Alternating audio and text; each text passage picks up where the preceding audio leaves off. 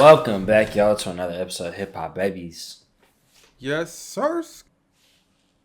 We back. You know what it is. Host of the Most Deadly. Got my boy Ray with me, as always. Yes, sir. And we getting it cracking, man. We talking about this showbiz from Mike, man. Mike, New York legend, bro. Seen him live a couple times. He's such a good live performer. I feel like he really knows how to get the crowd involved. You know, he's known for being a insightful, kind of low-key way he flows, kind of doing those beats with the beer sample flips and chops. Some might even say he's kind of similar to Earl Sweatshirt. I wouldn't necessarily say that. I feel like he's a little bit deeper than that. We talked about Burning Desire very recently. That was a great album. I think it was on top 10 for both of us, right? For surely. Pinball was in both of our top 10s too. So. That's right. That's right. Yeah, I didn't even remember. We did talk about Pinball a little bit. He's been on one hell of a run, bro. So, you know, we had to talk about this one to start off 2025. We all wanted a Mike album, whether we knew it or not. This is a 47-minute, 24-track album. It was a masterpiece. Need I say less? So let's get into it, bro. Let's get into it. Starting off with Bear Trap, right? One of the singles. Rhythm on there was pretty intoxicating. You know, I felt like it was a good intro to it. The ending, like, little interview excerpt that he put in there was really dope. And I just felt like that was like a encapsulation of a lot of people who listen to Mike, and, you know, it definitely Mike's perspective, but like a lot of people that listen to him can share the sentiment of just you grow up, you know, you have friends, you make friends with people, and you don't know whether they're good or bad people. They could just be good, they could be bad. It doesn't really matter to you. You come from the same circumstances, you come from the same neighborhood, you got proximity, you know what I'm saying? So that was a really poignant way to start off the album, you know? Make you think about a little bit about, you know, just people's everyday perspectives, everyday lives, you know? Yeah, this is our second Mike review. This is a deep album to get into. Just like you're saying, Bear Trap. Keep it rolling, about to chase the liquor with a slow jam. And you can hear that throughout this whole album. The samples, music moves him. And you brought up the voicemail earlier, and that was his father basically checking in, saying, you know, reach out back to me. You know, someone that's listened to Mike's music for years at this point. He's talked about his relationship with his pops a little bit, and I think that it was interesting to hear a voicemail that's from his father. And he's basically saying, you know, let's talk, you know, let's catch up. I hear you out in this area. Let's figure it out. You know what I'm saying? Mike is one of those artists that is open, that is willing to have a conversation a lot of other hip-hop artists aren't willing to have, right? Yeah. He's willing to challenge and say certain things that are like, oh, okay, I'm opening up a little bit, but I'm keeping it kind of P. You feel me? Like, including, like, the people's, like, voices and, like, stuff as we see throughout this album. He's got plenty of different times where he's got people, like, voicemails or, like, people just talking in the background. Just showing, you know, like, that loose concept of, like, what is the show business, you know, like, what does it actually include? And a lot of times it includes, like, all these other people that you thinking while you're doing your stuff, you know, like, you're doing your stuff and your pop's calling you, checking in on you, you know, and like, maybe you ain't been talking to him in a minute.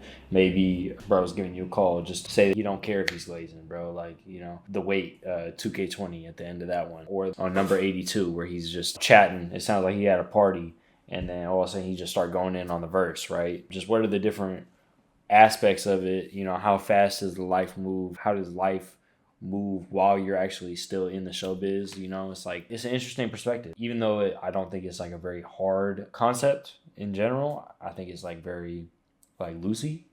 But you still kind of get it throughout with the ambiance of the album, how he builds up the soundscape. Clown of the Class, Work Harder. That track hit me a lot. Ain't Heal or Learn, Bottled in the Rage and the Urges Slip, Tequila Burps, trying to mask the angst before it surfaces. Sometimes you gotta heal it. Sometimes you gotta realize that a lot of times the past, and you gotta realize that that things happen for a reason, and that because things happen, that doesn't mean that you have to keep following a certain code or a certain path, right? And I think a lot of times with Mike, I hear that. I hear an artist that's trying to reach out and that's trying to like bond over certain things that happen, look at it from a certain point of view of like, that's where I was at that period, right? And then you realize that you've had time to grow. You've had time to process these certain things. And I think that Clown of the Class, Work Harder was a big moment of that for me. You gotta let go of that hate. You gotta let go of that period or a certain thought process that makes you think that you need to get back or you need to hate certain things because of certain things that happen. You have to move past that. And I think Mike does that really well, especially on this project. Just like in general, right? Like if you hold on to things, it's gonna make you second guess like doing things in the future, right? And like if you looking at things and saying that this thing in my past defines me, then you're letting it define you. You're not being able to you're not being able to make your own destiny from that point on, because you're being held back by things that they did happen in the past. I thought it was a great track, and I thought that the background vocals on there were beautiful. I thought that the way that one transitioned into the end skit as well, you know, you talking about having to go past, it ends with that woman screaming how, you know, you just got to work harder. I just got to work harder. You know, what are the things that you're telling yourself to move past? That's definitely one of the things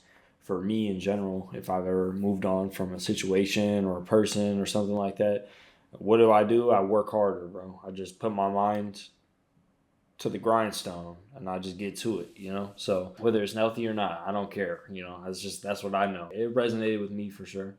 And then We Could Be Free, you know, that one had an insane intro. I felt like the technical work on these beats are just crazy. He did all of these beats or most of these beats. DJ Black Power, that's him. I've been doing more research into the DJ Black Power shit. This dude is a top tier producer, you know, especially in his lane. You know, he's making beats, he's sampling stuff, and he talks about this in this album. You know, he's saying like, I listen to this, I listen to this. Man, you can hear it on this. He listens to slow jams. He listens to like old school like R&B or old school songs that set a mood or set a certain vibe, and he uses them so well. Like the sample finding ability is one thing, right? Like being able to find like these really nice samples, because he has like plenty of great samples. Watered Down, I thought Watered Down, you know, going to the next track a little bit, Watered Down was a dope ass sample. Yeah, exactly. That's what I'm saying. Yeah. And the way he was using it on Then We Could Be Free, like with the horns and stuff. Like I felt like the horn progression, you know, like and how he was doing it, where he was cutting it off at like different times each time that the horns came back, so it was spelling out like a different melody, and then he let them ride out at the end. It's crazy, bro, and that's why a lot of these tracks be like a minute, you know, a minute 15, sometimes like 2 minutes, because like the way that the beats loop and the way the beats play out, like they don't really need much more time than that. And he says enough stuff in like that 1 minute, 2 minute time frame that he gets a message across without having to do too much. I wouldn't say minimalist, but like poetic, you know, like if you speaking in poetry, you speaking in rhymes, you are supposed to be saying a lot by saying less. You know, like the reason why you rhyming and why you drawing these metaphors, these similes and stuff. He does that really well with his ability to rap and then also his ability to produce, because I was listening to Man in the Mirror. I was listening to that piano, bro, and I was about to cry, bro. Groovy from Mike. That was a groovy track. Man in the Mirror. I was like, hold up, bro. This is getting kind of groovy. But now, if you listen to the lyrics, of course, like you're saying, it's really deep. Watered Down, going a little bit back, but he ain't changing up. He ain't changing up for the clout or the money. He's been through what he's been through, and he's gonna keep staying consistent. He's gonna keep saying the same thing. And I think that Man in the Mirror is a perfect track because of that. I love the flow on that track. He was going off. He was showing he got that Michael Jackson it factor, bro. You know, yes, making a Michael Jackson song, calling yourself Mike. You know, I hate to draw comparisons, but, you know, I don't think he'd mind that comparison. If you're going to point to any song, almost on any project of his, like, you're going to point to that one, you can be like, he's got it. That one was crazy. And then right after that, we get into Artist of the Century. Got to put it on my life if I want it. I've been pulling up with Strife since a youngin'. The prize isn't much, but the price is abundant. That line don't just summarize, Mike in general. I don't know what does. That line is so prolific, so, potent. Got to get it out the mud, bro. And what does it take to get out of the mud? Like, you're not going to get a lot from it, but you're going to have to put everything on the line for it, And that type of shit, is just like, you living in the type of circumstances that he living in, it's going to hit, bro. It's going to hit, like, 100%. Prop like a pumpkin shock was redundant. I plotted cheese, but really needed God in abundance. That was really impactful for me. Sometimes you're focused on the wrong thing. Sometimes you're focused on money. You're focused on just trying to survive. But at the end of the day, you got to be focused on you. You got to be focused on making yourself feel happy. And I think that Artist of the Century was a moment to me that, like, the beat was dope. You connect a lot of dots. A lot of this project, some of the tracks are shorter. Some of the tracks are longer. And he was just making it all connect with what he was talking about, or some of the outros. He was figuring out a way to make it work. On this one, bro, like, I felt like you was talking about earlier about how you got, like, he listened to oldies, he listened to slow jams and shit. Like, on this song, he had added, like, a VHS or, like, cassette type, like, sound filter to it. And I just feel like the detail down to, like, the textures of, like, the beats and stuff is, like, just so meticulous, bro. Like, he did the beats? I'm saying like who thinks of this stuff like this? And, like, whenever an artist is able to make their own beats for their own project, it always, at least for me, elevates the project to a whole nother level, because it's like they really had the vision. They're not having to compromise the vision because they have the ability to do what they want to do. They don't have to communicate it to another person who may not necessarily understand exactly what they're going to do. So it really just makes it more potent, like that's really what he was trying to go for. So, like, if you get it, bro, like, you really get it. And if you don't get it, you just like, why do people like this? And if you on that side, bro, I feel sorry for you, honestly. Mike is one of those artists that he wears a lot of stuff on his sleeve. And then we go into What You About to Do. A Star Was Born. Your favorite, 454. I love 454 too. But he also says, I ain't rude. I inherited this clever mouth. I roam a few. We don't share. We don't air it out. She confused, unaware about my whereabouts. Now that's the real shit. One of the things where it's like, where you're talking to a new chick, you're talking to your lady. Sometimes you gotta let her know where you at. But sometimes, bro, if you move how certain people move, you don't gotta know everywhere I'm at. Of course, you're supposed to a certain degree, but it's like, you ain't gotta be checking in every moment. He was talking about on that track about what's the mood, what you pushing for. Don't stop, right? And he's kind of going into that, like, sometimes when it comes to certain things, certain people are going to hold you back. Certain people are going to be like, you should be doing this. But it's like, at the end of the day, if you're telling everyone what you're doing, if you're, not keeping certain things to yourself, you kind of halting your own moves, because it's like, certain people don't see that. Certain people don't want to view you doing certain things a certain way, right?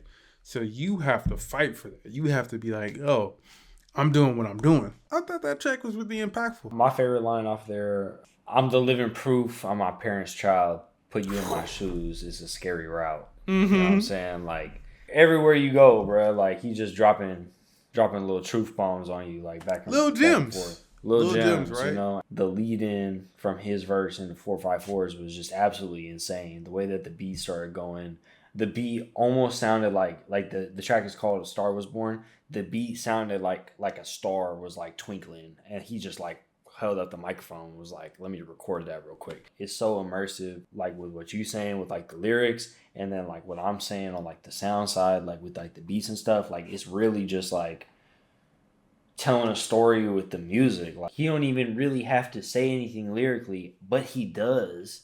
And then he doesn't even have to say anything narratively with the beats, but he does. It's just like, he's just like, checkbox, checkbox, checkbox. It's just like, he is everything, So it's like, you can come to certain artists for certain things and be like, they do certain things better, but you could always come to Mike and be like, he's going to give you everything. He might not give you, like, the craziest turn-up song, right? But, like, go listen to Nokia by Drake if you want to listen to that. You can find it somewhere, but it's like, for real hip-hop, like, Mike is a one-stop shop. He got it all. Mike is one of those artists where we know he drops, he's going to bring it to the table, and he's going to say something that's worth saying. You know, Belly One, he talks about snakes in the grass, he expects betrayal. The Rock, where he's saying, like, sometimes I feel like I'm whole, that don't mean I'm rocking with you. You know, I love these little moments. You know, he obviously knows hip-hop. He obviously knows certain people that impact the culture. And I think that, to be honest, this album overall kind of reminded me of Mad Villainy, where you have a lot of unstructured songs. You even have a whole song that reminds me of I on Mad Villainy, where it's just a feature, woman singing, it's beautiful, miss you, you know, and it's like, yo, you let that beat breathe, you let the woman take control of the track, and you let her sing her heart out. It was a really good track. You know, you talk about, on Miss You specifically, you talk about doing shows at the club. He still misses this person. He's trying to figure it out. And I thought that was a little moment to spice it up. Again, Mike doesn't let this album bore you. And it's not a long album. He knows how to mix it up. You feel me? Just going back to where you were starting out, Belly One, right? Like, you talking about letting the beat breathe. Like, that song I felt like was like a really setting the scene with like the music in a sense. Like, it sounded like almost like you were like outside. Like, these like little synths in the background almost sound like cricket. He out like in the enemy turf. He's looking out for snakes and stuff.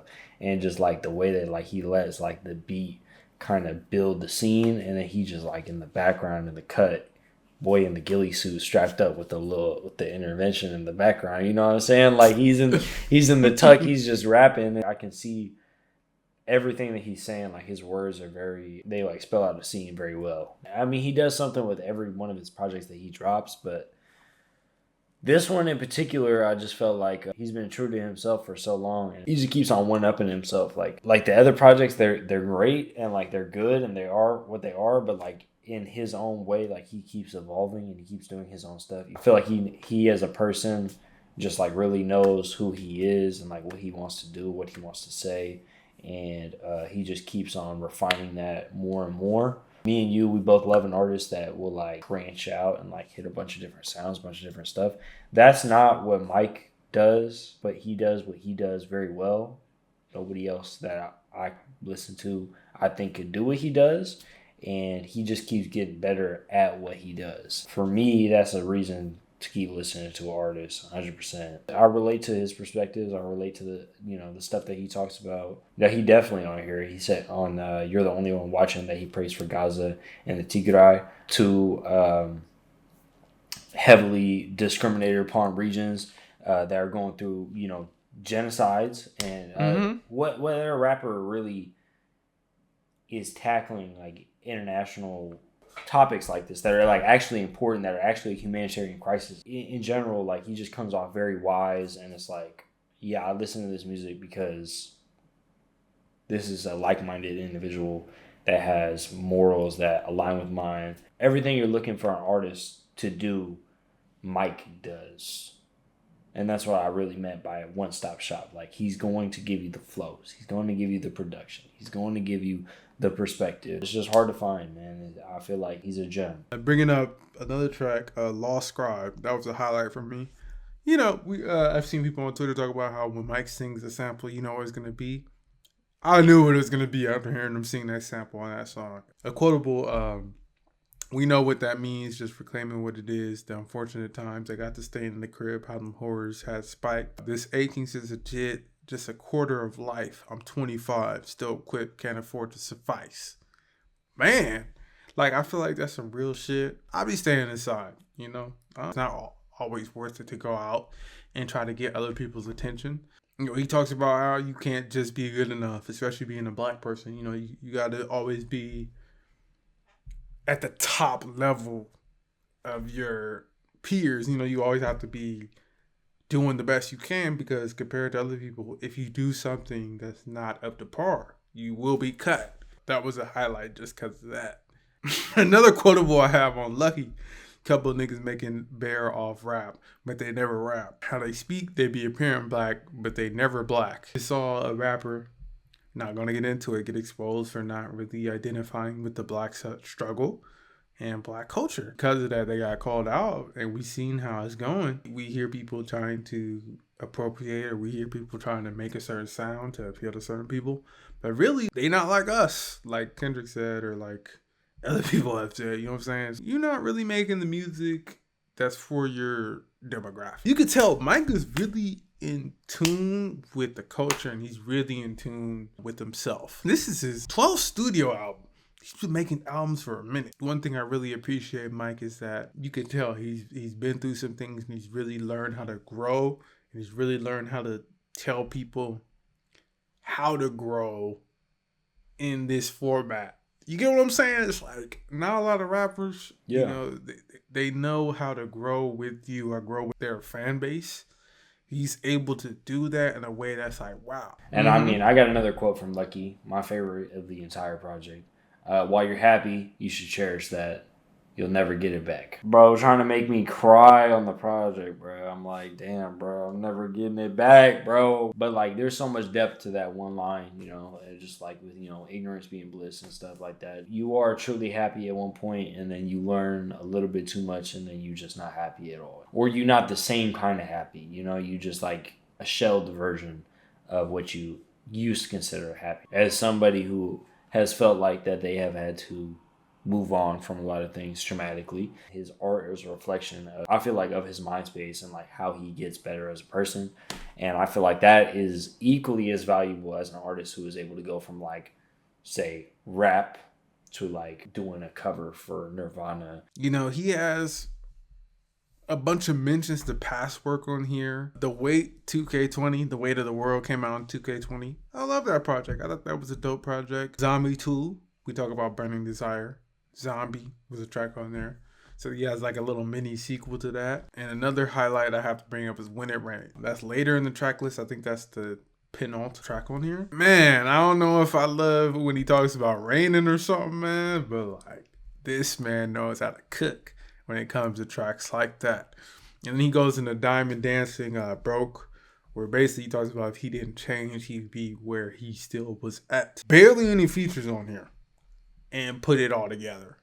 And that's what made this project so special to me. It doesn't follow any rules. And that's why I think I brought up the Mad Villainy comparison earlier. It's just like, you're just making dope music. And if you connect with it, you connect with it. If you don't, you don't. And that's your loss. This is probably going to be one of my favorite projects of the year. Especially after Pinball and Burning Desire. What are you cooking, bro?